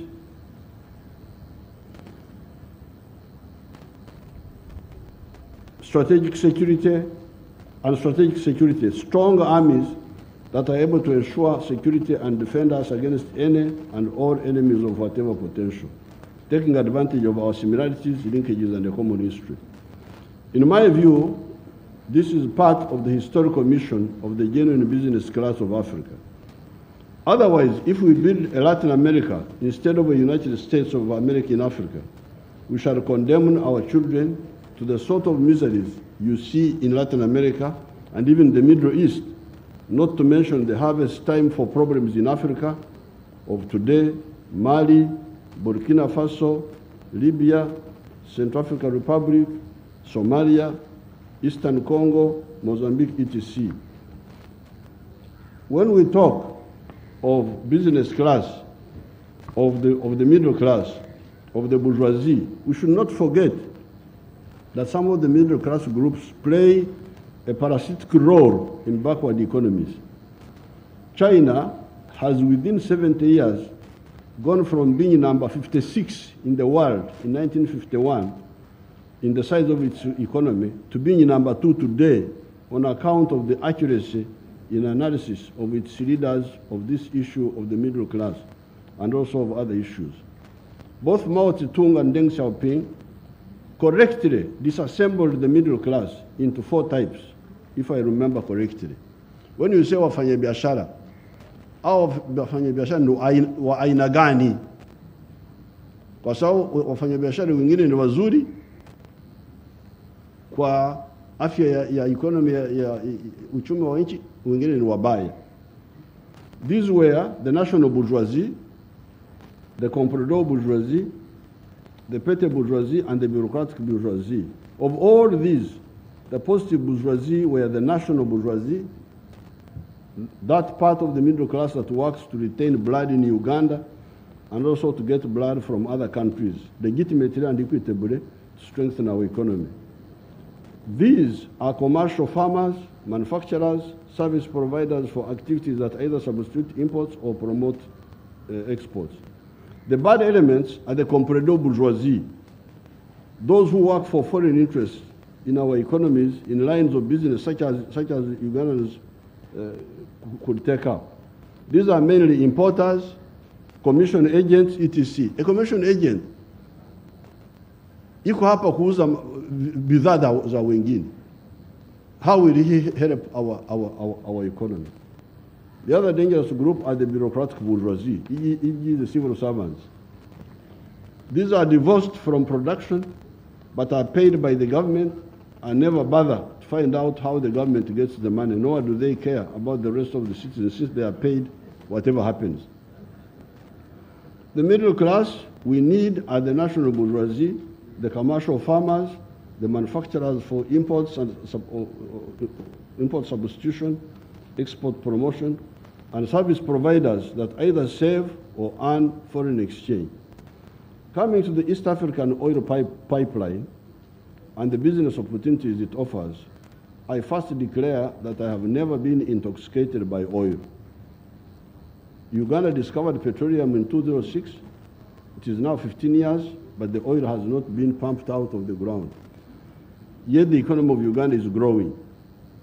Japan is the 3rd richest country in the world, but it has no oil, no minerals, and no agriculture.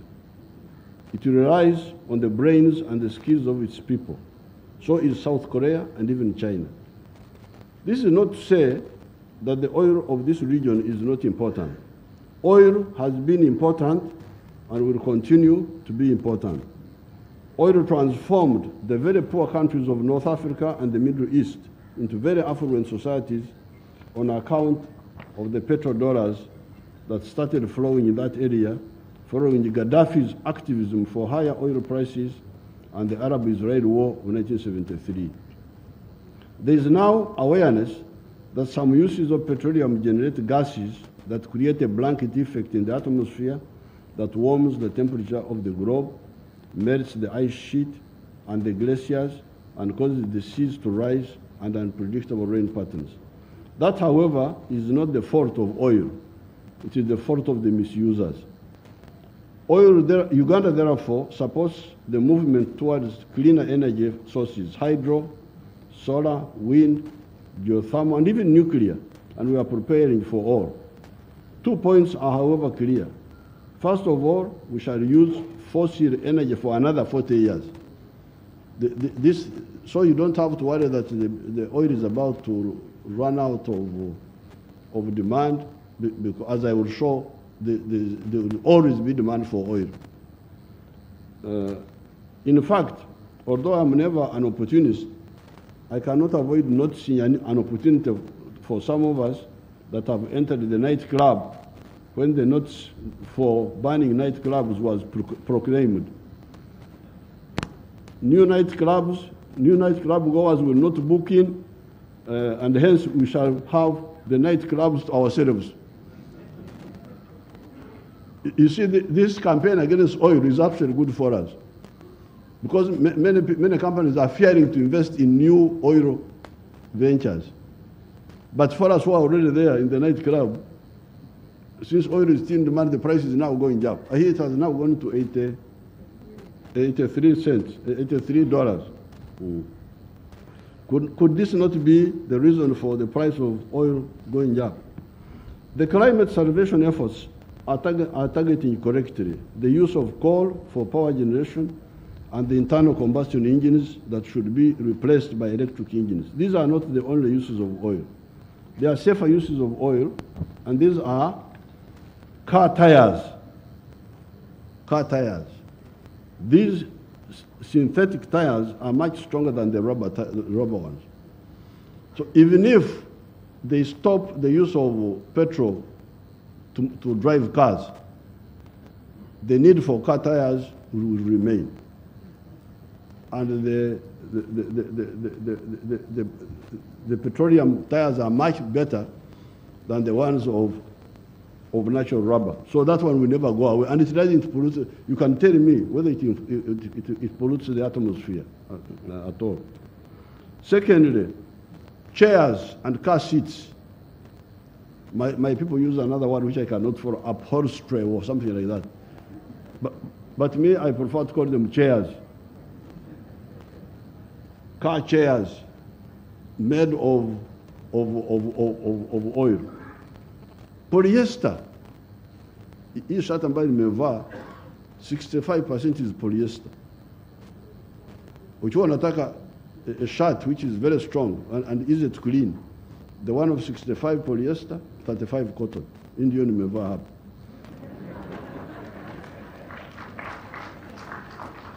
So the demand for polyester will not go away and should not go away, and it's not a problem to the environment. Nasikia madawa, medicine, that also oil is used in medicine. I don't know how. I've never taken any oil for medicine. But bitumen, asphalt, kupiga lami, is lami. Cosmetics, detergents, packages, kufunga vitu. Here, the environment issue is no longer greenhouse gases, but waste disposal. If we can get a waste disposal, a good waste disposal policy, then the oil will be here forever. We shall stop using it to drive cars, because that's a bad use. But it will be used forever for all these purposes. Here, the environment issue is no longer greenhouse gases, but waste disposal. Can we not perpetually recycle some of those for reuse? That we go on recycling them? They can answer that. Therefore, Tanzanians, Ugandans, all the global citizens, the East African pipeline business is a good, durable business.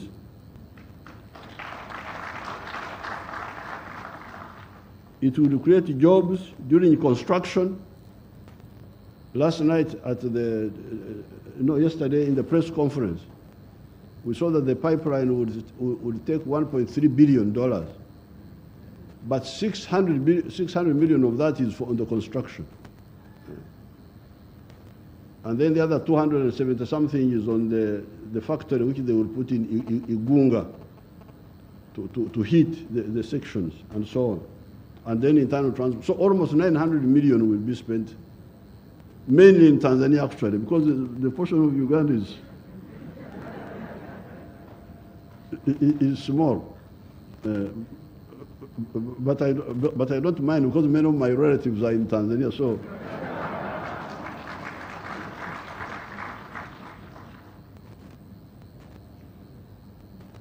Other service providers will also be able to supply. Now, the crying of Mwehire, you see, I don't want to divert myself, but what he's talking about is the enclave economy. In Uganda, with these wonderful people, some of them are here, the politicians, forget about the civil servants, those ones are out of the question.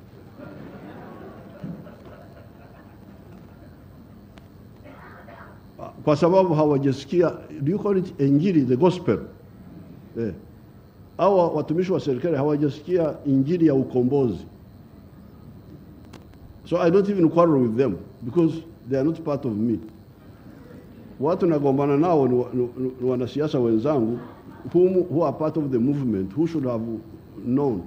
Because you see, like for instance, until 7 years ago,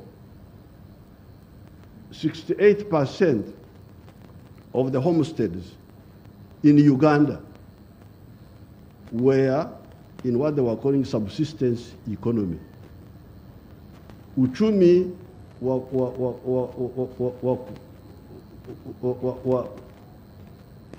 to produce for the stomach only. Uchumi wa kuzalisha mali ya tumbo peke yake. 68%. So when you see these people here, honorable minister, honorable what, they have got 68% of their people. Wanatumikia tumbo peke yake. So what this young man is saying, this Mwehiri, is the son of my schoolmate. If 68% of the people are out of the economy, out of the money economy, then what do you expect? What that Stanbic Bank should be working for? Okay, work for oil, all right. But also work to get the 68% into the money economy. That's what we should be working about. So when this young man comes here, pension funds in California, I don't know where. Now, because of my struggle with these people, I had to involve the army. The army, chukua mbegu kwa wale watu ambao wamelala, waanze kulima kahawa.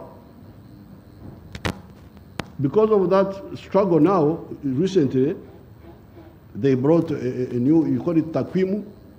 Is it called takwimu? Statistics. They brought a new takwimu to her. Now, manyumba, these are households. Manyumba ambayo bado yanalala ni 39 kwa 100 from 68. You can imagine. Up to 2013, when I involved the army, 68% of the Ugandans were just watazamaji wa mpira. As far as the economy is concerned. So, now how can you bring in pipeline, what? But how will they come? They're outside. You should bring them in. That's why I had to involve the army to kuchukua mbegu ya kahawa, ya matunda. We called it Operation Wealth Creation. That's how we were able to bring the watazamaji from 68% to now 39%.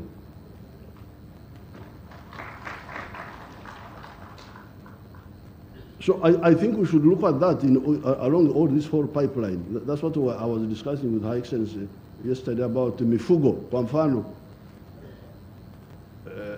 Because 1986, our Uganda walikuwa wana kampuni yao ya taifa ya maziwa. Walikuwa wananunua unga ya maziwa kutoka Denmark. Wanaleta unga ya maziwa, kufika pale Kampala, wanaweka maji ya Victoria, wanapaka chapa, Uganda Dairy Corporation.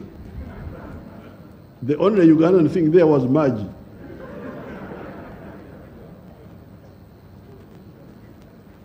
But because of the struggle now, you hear that they have more milk now, surplus, so what they call surplus milk. So I think here along this route,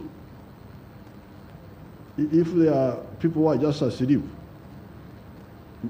manyumba, we should work them up, produce maziwa, so that maziwa chakula, so that they sell to these, to our wafanyakazi. I'm about to finish. I'm very sorry, Your Excellency.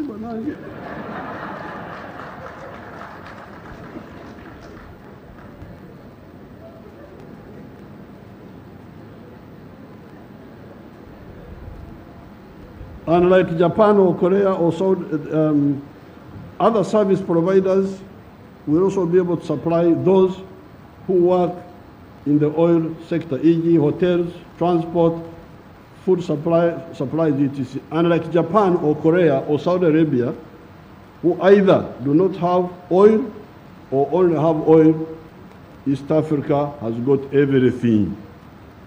Agriculture, minerals, forests, oil, gas, etc. Once the environmental concerns are addressed, the sky is the limit. I thank everybody for giving me the opportunity to put forward a long-held Pan-African view. Thank you so much.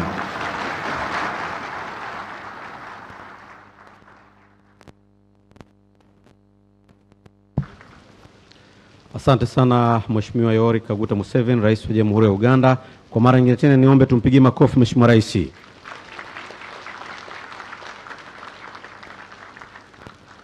Kwa heshima na taadhima, sasa ni kuombe Mheshimiwa Samia Suluhu Hassan, Rais wa Jamhuri ya Muungano wa Tanzania, ili nawe uweze kuzungumza na hadhira hii ambapo ndio itakuwa inahitimisha ratiba yetu kwa siku ya leo.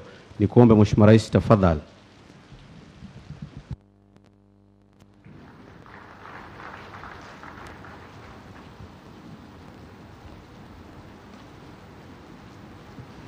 Nakushukuru MC. Ndugu zangu washiriki, baada ya lecture ile ya General Museveni, nadhani nitasema kipi kipya, lakini kwa sababu nimeitwa, ngoja niongee. Mheshimiwa General Yoweri Museveni, yesterday you were my brother, today you are a general. Rais wa Jamhuri ya Uganda, Mheshimiwa Waziri Mkuu wa Tanzania, waheshimiwa mawaziri mliopo toka Tanzania na Uganda, waheshimiwa makatibu wakuu mliopo hapa toka nchi zetu mbili, waheshimiwa mabalozi na wakuu wa mashirika ya Umoja wa Mataifa mliopo, jamii ya wafanya biashara kutoka Tanzania na Uganda, viongozi mbalimbali mliopo, wanahabari, mabibi na mabwana, na wasalimu kwa jina la Jamhuri ya Muungano wa Tanzania, na wasalimu kwa ushirikiano na Uganda. Your Excellency, allow me at the outset to express my gratitude to you, Your Excellency, for taking time out of your busy schedule to be here today to participate in this business symposium, which focuses on the progress and development of the oil and gas sector, including the ECO project, as well as discussing the mechanisms and conducts business is being done in our two countries and how to promote it. Your Excellency, the President, I would like also to extend my appreciation for the organizers of this event, both from the government and the private sector. The event of this kind brings synergy between our two governments and the private sector community, who are part and parcel of our overall mission to have an equitable and developed society. We in Tanzania are very happy with your constant push and unwavering support and commitment to the realization of the strategic Eastern African crude oil pipeline project for the mutual benefit of our two countries. Your Excellency, as you are aware that over the years our countries have enjoyed excellent bilateral relations that have enabled close cooperation in various bilateral interventions.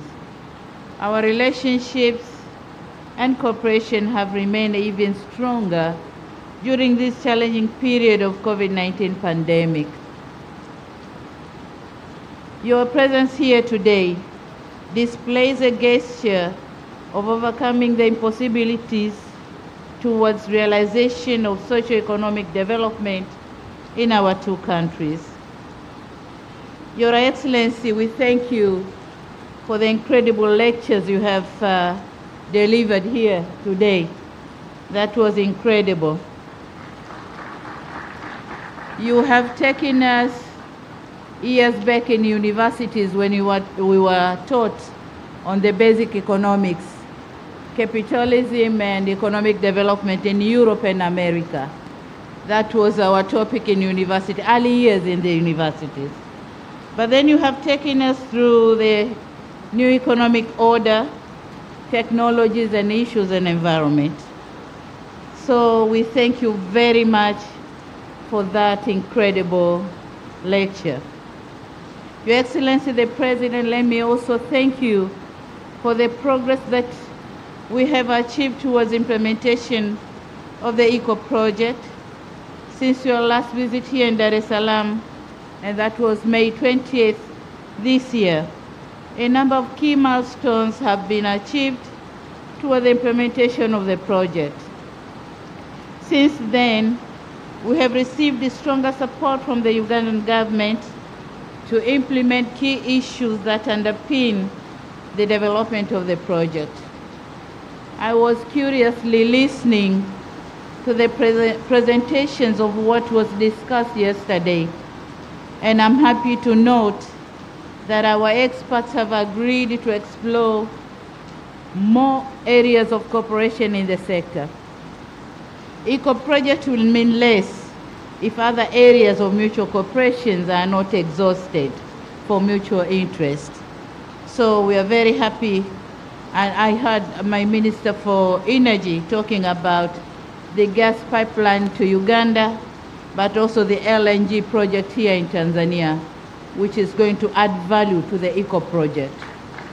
So thank you, the symposium members, for your meaningful discussions. I also wish to note that delegates were acquainted with the opportunities this project presents in both countries. Therefore, it is my humble request to all delegates from the private sector to see those opportunities for the benefits of our country. It is your time, and I report it is your time. You must be up for the opportunities. Our two governments are doing everything possible to make sure private sector and local communities benefits from presence of the ECO project and other projects as I have mentioned them. Mheshimiwa Rais, katika kukuza ushirikiano katika sekta ya mafuta na gesi, napenda kuwaarifu na kuwafahamisha wawekezaji na wafanyabiashara hususan Uganda kwa Wizara ya Viwanda na Biashara kupitia Taasisi ya Utafiti na Maendeleo ya Viwanda TIRDO ina uwezo wa kutoa huduma mbalimbali za kibobezi ikiwemo kufanya ukaguzi katika vifaa, bomba ya kuhifadhi na kusafirishia mafuta na gesi kwa kutumia non-destructive test, yani NDT, na inayoharibu destructive test. Kuchomelea ambako kwenye sekta hii ya mafuta na gesi kunahitaji weledi na umakini wa hali ya juu wakati wa ujenzi, usimamizi na marekebisho. Nimefahamishwa kuwa usafirishaji wa mafuta yaliyochakatwa katika mabomba yanayopita kutoka nchi moja kwenda nchi nyingine yatahitaji kukidhi vigezo na viwango maalum, ambapo serikali imeiwezesha TIRDO kuwa na vigezo hivyo. Aidha, TIRDO inatoa huduma ya mafunzo ya ufundi wa kitaalamu kwa wachomeaji, yani certification of professional welders, ambapo wahitimu wataweza kukubalika au kutambulika kimataifa katika shughuli za kuchomea vitu mbalimbali ikiwemo vifaa vya mafuta na gesi. Na ni matumaini yetu kwamba kile kiwanda cha Igunga watakao kwenda kufanya kazi pale ni mafundi waliofundishwa na TIRDO. Na hapa Mheshimiwa Rais, kwa kuwa hili ni kongamano la wafanyabiashara, hatuna budi kuzungumzia uwekezaji katika nyanja nyingine ili kufanya biashara ya mafuta iendane na biashara nyingine. Katika eneo la uwekezaji, Tanzania na Uganda tumejitahidi, lakini bado jana tulikubaliana kwamba hatujafanya vizuri sana, tuendelee kujitahidi. Lakini tunapozungumzia uwekezaji ni lazima uendane na maendeleo endelevu ya kiuchumi na mifumo inayoimarishwa katika kujenga uwezo wa uzalishaji wa ndani wenye kuunganisha juhudi za kila sekta ya uchumi, yani forward and backward linkages, kumudu kwa kiwango kikubwa cha mahitaji ya soko la ndani na ushindani wa bidhaa kutoka nje. Nchi zetu zimejaliwa kuwa na rasilimali au maliasili nyingi ambazo hazijatumika ipasavyo. Amesema Mheshimiwa Rais hapa, kuwa na rasilimali au maliasili nyingi sio lazima uwe tajiri. Kwa sisi tunazo nyingi, lakini hatuko matajiri kwa sababu hatujazitumia ipasavyo kwa madhumuni ya kukuza uwekezaji. Hivyo basi ni muhimu kuendelea kuvutia uwekezaji katika nyanja mbalimbali ikiwemo viwanda vinavyotumia malighafi za ndani, hususan kwenye sekta za kilimo na maliasili, viwanda vinavyozingatia fursa za kijiografia, viwanda vinavyotumia nguvu kazi zaidi ili kuzalisha ajira, viwanda vinavyoendana na ukuaji wa miji, viwanda vitakavyozalisha bidhaa kukidhi mazingira ya biashara na kuwekeza zaidi kwenye rasilimali watu, na viwanda vinavyozaa viwanda vingine. Viwanda hivyo ni kama vile vya mbolea na kemikali kama alivyovitaja Mheshimiwa Rais hapa, vinavyotokana na byproducts za mafuta lakini pia gesi. Mheshimiwa Rais, kwa upande wa Tanzania nafarijika kusema kwamba jitihada tulizochukua katika kipindi kifupi cha takriban miezi 8 zimeweza kuleta chachu ya kuongezeka kwa uwekezaji nchini, na kumekuwa na kuongezeka kwa usajili wa miradi ya uwekezaji na kuongezeka kwa idadi ya ajira zinazotarajiwa kutokana na miradi iliyoandikishwa. Maboresho na jitihada yamepelekea pia kupungua muda wa upatikanaji wa vibali vya kazi kwa kuondoa urasimu, na hivi sasa hata ndani ya siku moja mwombaji anaweza kupatiwa kibali kupitia mfumo wa kielektroniki, yani e-permit. Mfumo huu unaruhusu pia upatikanaji wa kibali cha ukaazi resident and work permit katika kadi moja. Kabla ya hapo kibali kilikuwa kinachukua miezi 6 au zaidi. Maombi mengi yalikuwa yanakataliwa baada ya mwombaji kulipa a non-refundable fee. Asa tumehisi hii haiko sawa, tumerekebisha na sasa mambo yanakwenda vizuri. Tumefanya pia marekebisho ya sheria ya kuratibu ajira za wageni, ambapo kwa sasa sheria inaruhusu mwekezaji kuingiza wataalamu hadi 10 kutoka idadi ya 5 ilivyokuwa kabla Oktoba 2021. Vile vile tumeanzisha kituo cha mawasiliano kwa uwekezaji katika kituo cha uwekezaji Tanzania, yani Tanzania Investment Call Center, ili kuhakikisha uundwaji wa mfumo wa ufuatiliaji malalamiko ya uwekezaji na kuwapatia taarifa sahihi. Kituo hiki kimeanzishwa na kinafanya kazi kwa ufanisi. Tunaendelea kufanya maboresho muhimu ya kimuundo na kisheria ili kuhakikisha urahisi wa kuanzisha na kufanya biashara na uwekezaji hapa nchini. Mheshimiwa Rais na ndugu wafanya biashara, pia tumeimarisha jitihada zetu za kutenga na kuendeleza maeneo maalum ya kiuchumi ili kurahisisha uwekezaji mkubwa katika sekta ya viwanda, kilimo, teknolojia na usafirishaji. Katika kufanikisha hayo yote, tutajenga na kuimarisha sekta binafsi ili ikue na kuweza kuakisi utashi wa kisera na malengo ya kitaifa. Hivyo sambamba na haki zinazotolewa, sekta binafsi ina wajibu wa kutekeleza majukumu yatakayoleta tija na kuweza kuendesha biashara kwa kufuata sheria, kanuni na taratibu za nchi, na hatimaye kuweza kulipa kodi na ada stahiki za serikali.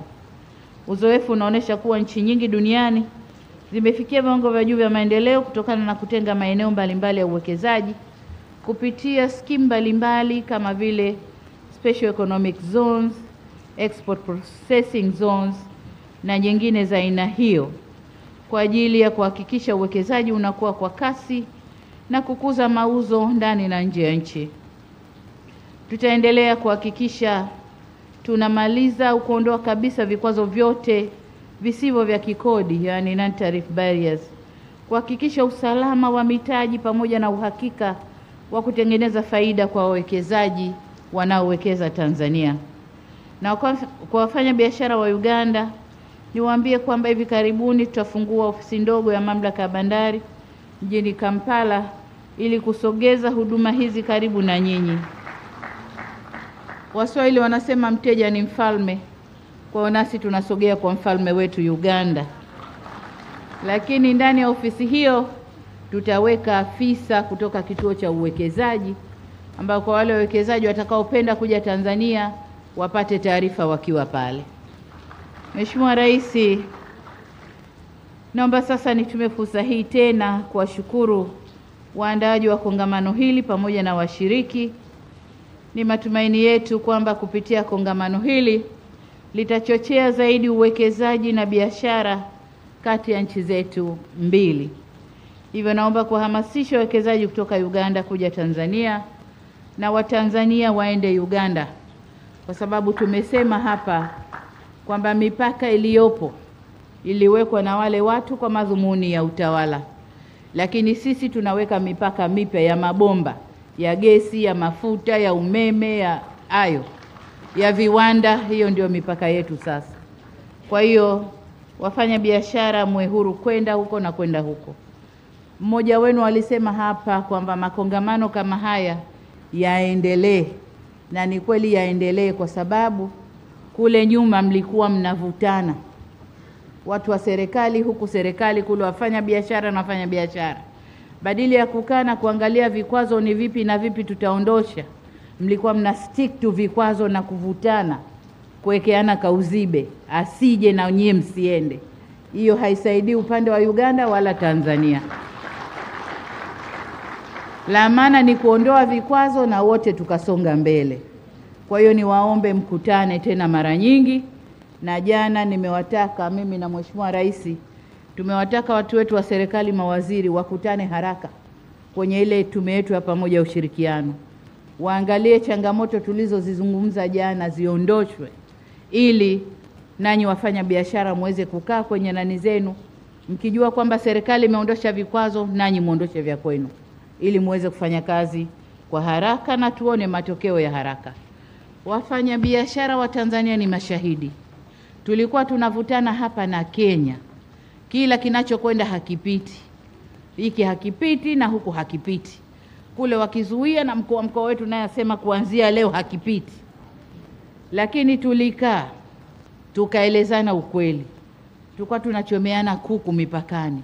Dhambi tupu, viumbe wa Mungu. Mnamwaga petroli mnachoma. Haikuwa na maana. Lakini tumeondosha vikwazo, sasa biashara imekuwa mno. Ukiangalia figa za biashara Kenya na Tanzania imekuwa mno. Tunataka biashara ikakue kwa upande wa Uganda pia. Ikakue kwa upande ule pia. Mheshimiwa Rais amesema hapa, aliomba sisi tununue sukari kwake. Lakini walisikia statement za waziri wetu kwamba hatutanunua, hatutakubali. Sasa that was nonsense. Mheshimiwa Rais, tutanunua sukari kutoka Uganda. Ndugu zangu, baada ya kusema hayo, niwashukuru na nimshukuru sana Mheshimiwa Rais kwa kuja kukubali kuwa nasi katika kongamano hili. Tunamshukuru kwa mambo mengi aliyotueleza. Kuna watoto wadogo wengi hapa ambao hawakupitia yale ambayo ameyaeleza, leo wameyajua. Naomba wote tukafanye kazi kwa pamoja, tuendeleze nchi zetu. Asanteni sana na Mungu awabariki. Asante sana. Asante sana Mheshimiwa Rais kwa hotuba hiyo. Naomba kwa mara nyingine tena tumpigie makofi Mheshimiwa Rais tafadhali. Mheshimiwa Rais, waheshimiwa marais, kwa niaba ya wafanyabiashara wa pande zote mbili, nichukue fursa hii kuwashukuru kwa kutenga muda wenu kwa kushiriki katika hafla hii ya ufungaji wa kongamano la wafanyabiashara wa Tanzania na Uganda. Na kwa hotuba hizo basi, Mheshimiwa Rais, na heshima sasa kusema kwamba ndio imetimisha hafla yetu kwa siku hii leo, na na heshima kuweza kuwaruhusu kuendelea na ratiba nyingine. Nashukuru sana na asanteni.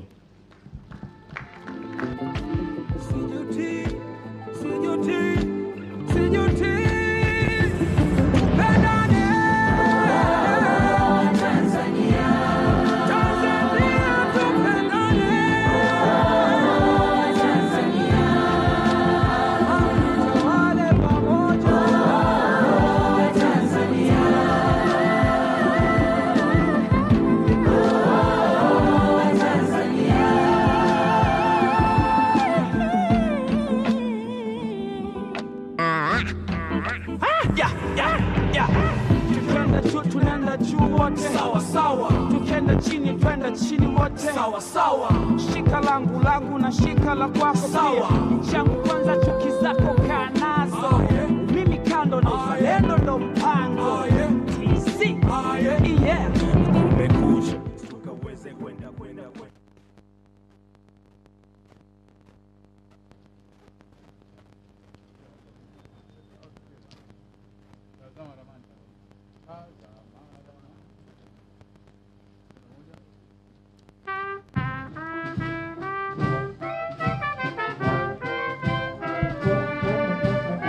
Waheshimiwa viongozi na wageni wengine, tumeruhusiwa, tunaweza sasa tukaendelea na ratiba zetu nyingine.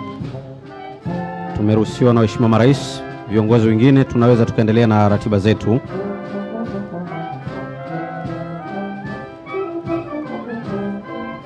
Ndugu wageni walikwa, viongozi na wafanyabiashara, tumeruhusiwa kuweza kuendelea na ratiba zetu. Tunaweza sasa tukaondoka tukaelekea katika shughuli zetu nyingine.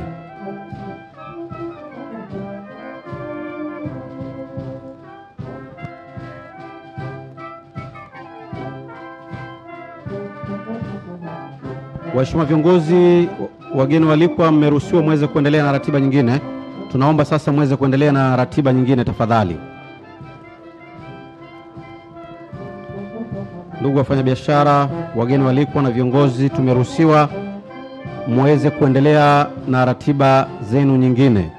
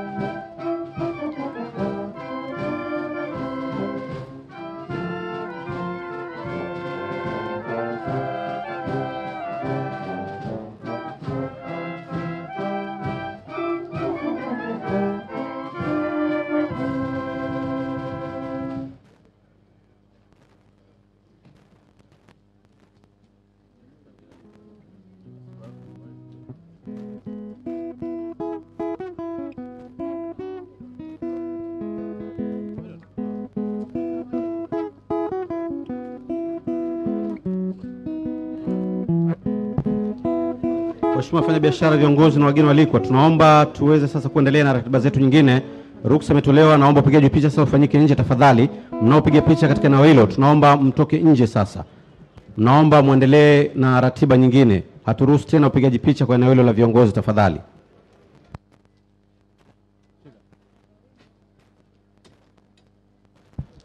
Na upande wa pili naomba sasa tuache kupiga muziki. Tumefikia mwisho wa ratiba yetu.